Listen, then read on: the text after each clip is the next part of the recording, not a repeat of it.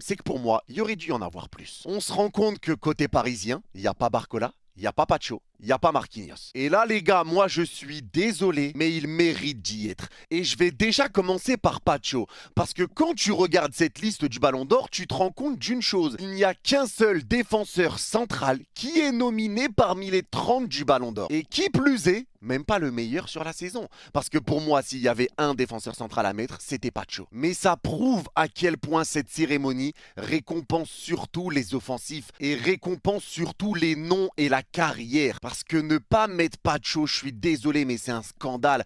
Un seul pauvre défenseur central parmi les 30 nominés, un seul, et tu ne mets pas Pacho. Pacho qui a remporté 4 trophées sur 5 possibles. Sur le 5e qui est perdu, Pacho est suspendu. Il ne joue même pas la finale qui est perdue contre Chelsea. Il arrive au Paris Saint-Germain, il n'a jamais disputé la Ligue des Champions. Pour la première Ligue des Champions qu'il joue, il remporte la Ligue des Champions et la première dans l'histoire du PSG. Il termine cette Ligue des Champions en prenant aucun carton. On peut même dire que les deux défenseurs centraux qui ont été élus dans le 11 type de l'année en LDC, Bastoni, Marquinhos, ne sont pas représentés.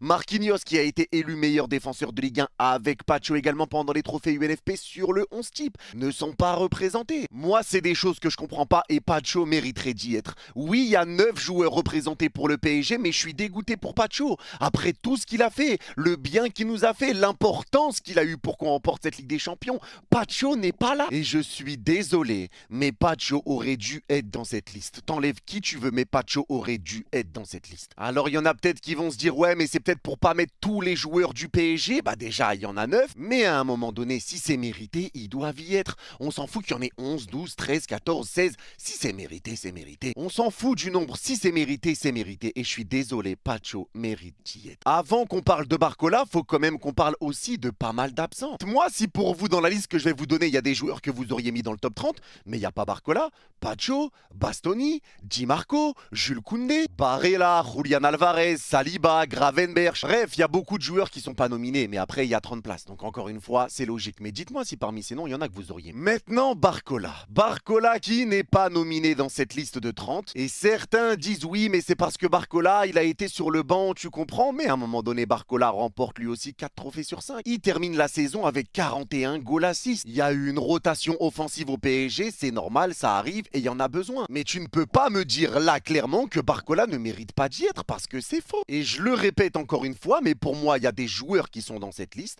par rapport à leur nom, par rapport à leur renommée, par rapport à leur carrière. Et c'est pas réellement les meilleurs joueurs de la saison. De toute façon, on sait que cette cérémonie du Ballon d'Or, même si on aime parce que ça ramène de la hype, etc., c'est plus que c'était. Les règles